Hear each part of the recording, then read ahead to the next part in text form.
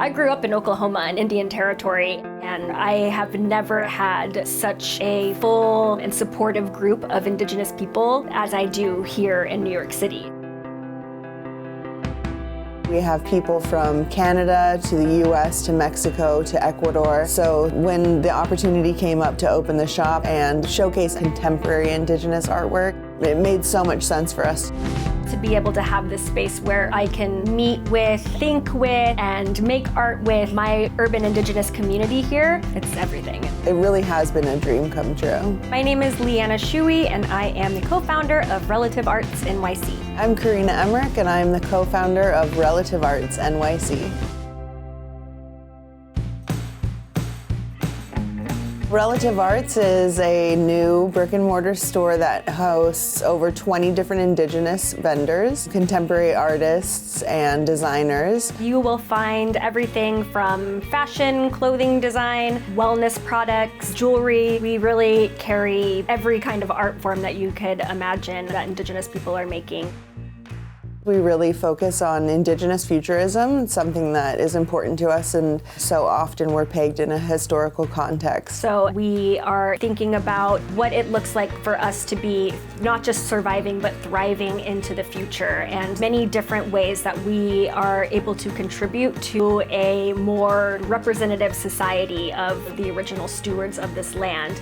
So something that we really like to promote is younger contemporary artists, performance art, and poetry readings as well. We hosted an album release party, even fun nights like karaoke night. I call it a curated clubhouse. So everything from cultural events, educational workshops, to live music, and everything in between.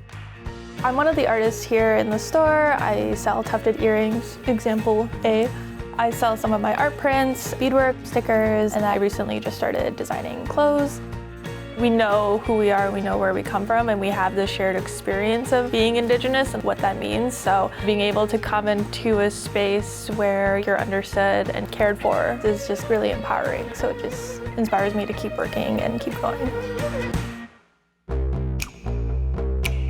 Coming into Relative Arts is an educational experience. Something that we push is that Indigenous people are not a monolith. There are 562 federally recognized tribes just in the United States, and we all have different cultural practices, speak different languages, foods that we eat. So kind of breaking down, that stereotype of what the average American thinks of when they think of an Indigenous person. Not only are we diverse, but we still exist today. We do t-shirts that say land back, that 30% of the proceeds go back to the American Indian Community House's Land Back Initiative. T-shirts that say I Heart Lenape-Hoking to give acknowledgement to the traditional homelands of the Lenape people. And 30% of the proceeds of those t-shirts go to the Muncie Delaware Language Preservation Group. It invites people into the conversation to gain new understanding that we are trying to make this world an equitable place that celebrates the beautiful diversity of our culture.